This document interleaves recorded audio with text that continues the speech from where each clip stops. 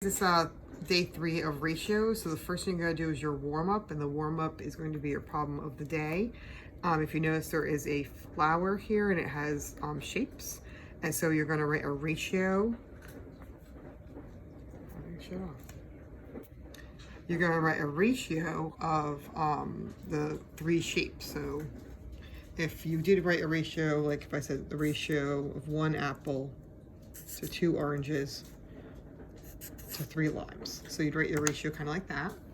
And then what you would do is double that. So if you had 2 copies of the same flower, what would that ratio be? So that's your warm-up for today. And then it says let's share, and obviously the way you're gonna share this is that you're going to put this as your answer for the daily attendance of the day. And you guys can see each other's work. Then there's the activity is powder drink mix. And so let's explore how ratios affect the way a recipe tastes. First, 3 students will participate in a taste test. Obviously, we're not doing that. But you can think about like if you're making Kool-Aid, the taste always depends on how much sugar you put in. So if you put a lot of sugar in it, it's going to be sweeter and I think more of a taste. While if you just use a Kool-Aid mix by itself with just recommended amount of sugar, I know that doesn't taste as good if you add more sugar to it. So that would be the concept behind this. You're not going to do this slide. Okay, so if we look at these 2 ratios, we have the big little white square and the bigger blue square. And over here we have 4 little white squares and 1 blue square. Okay. Oop, I went by too fast for you, sorry. So that was there. Now the next page here are diagrams representing 3 mixtures of powdered drink and water. So on this one, there's the white is the powdered drink, the drink mix, and the blue is the water. So they show you 3 different examples of that. How would the taste of mixture A compare to the taste of mixture B? So you're gonna look at A and B, and you're gonna find out how you think they're gonna taste. So they're gonna taste the same, they're gonna taste different, that sort of thing. And then up here, you're gonna be writing out your ratios based on what the other page had. And then how would the taste B compare to the taste of C? So you have to look at it and think about how would B taste to C to answer that question. And then sharing your ideas, that's not gonna happen. The batches of cookies, and it's talking about doubling your recipe. We did this at the beginning of the year, probably around, I'd say September, October.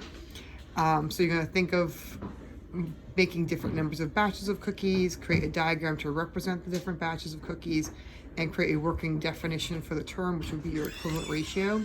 So here is the recipe, is the next page, and it has 1 batch of cookies calls for 5 cups of flour and 2 cups of vanilla. Draw a diagram that shows the amount of flour and vanilla needed for 2 batches of cookies. So if I was going to draw it out, and again, you can draw it out and then send it to me, or you could use shapes on a Google on the Google document. Either way, because you can use shapes through Google Docs, or I think there are other areas you can do it. So say we had, I'm gonna not use this example if it was 4 cups of flour to 3 cups of chocolate chips, we'd have to say the diagram. So our cups of flour would be 4 cups of flour, and I'm just using squares or kind of squares, to 3 cups of chocolate chips. That would be my diagram for my example. And then if I looked at that and I doubled it, I would need another example of that. So you'd have to make your next example of that for 2 batches.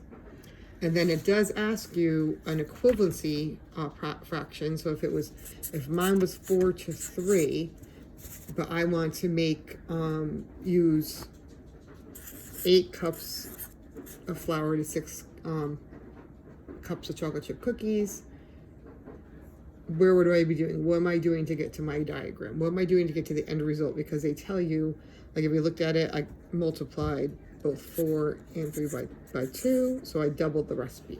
But if the number was greater, like say 32 over 24, again, you'd have to see how did we get to the 4, to the 32, 3 to the 24 over here.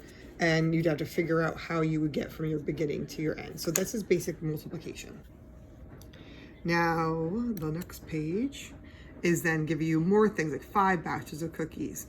Then they ask you of differences. So these ones, basically 5 to 2, 10 to 4, 15 to 6, would they taste the same? Are they their equivalent ratios? Find another ratio of cups of flour to teaspoons of vanilla is equivalent to these ratios. So you take 5 to 2, what else could be equivalent to it? And you're looking at 5 batches of cookies, and how many batches can you make using this new ratio of ingredients? So you're making your own new ratio too. They're just saying there's equivalent. Number 4 is telling you that these are all equivalent ratios, 5 to 2, 10 to 4, and 15 to 6.